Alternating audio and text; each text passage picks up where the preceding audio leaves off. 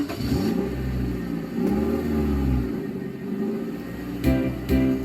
isang araw, nagmamaneho sa trabaho,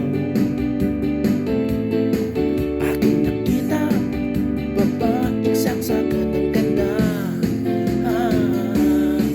Sinundan ko ang kotseng sinasakyan niya.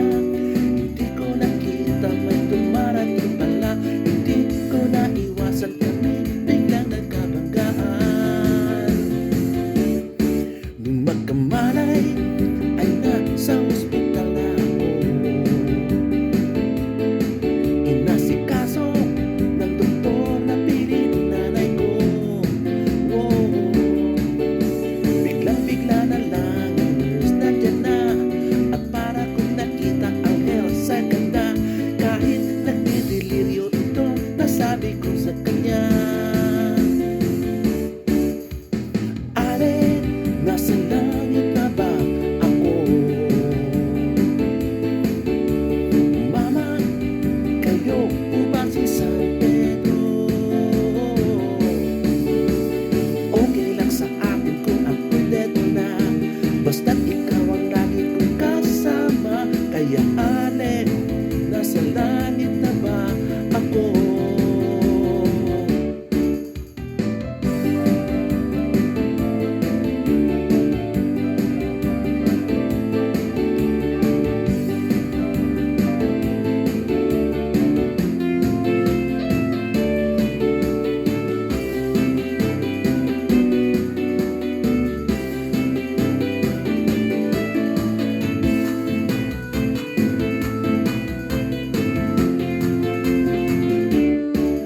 Paglabas ko, niyaya ko na siyang pagkasal.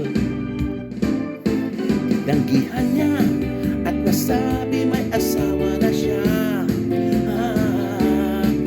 Dinamdam ko masyadong sinabi niya. Hindi ko nakita at nanubos na. Ako ay nahulog sa semento, ulo ko'y nauto. Nung magkamalay ay nandun na naman ako.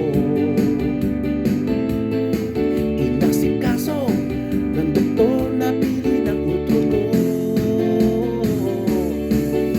Biglang-bigla na lang ang nurse nandyan na.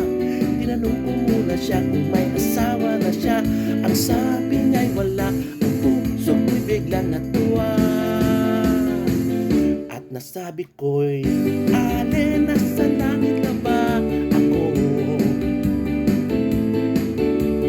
Mama, kayo po ba si San Pedro?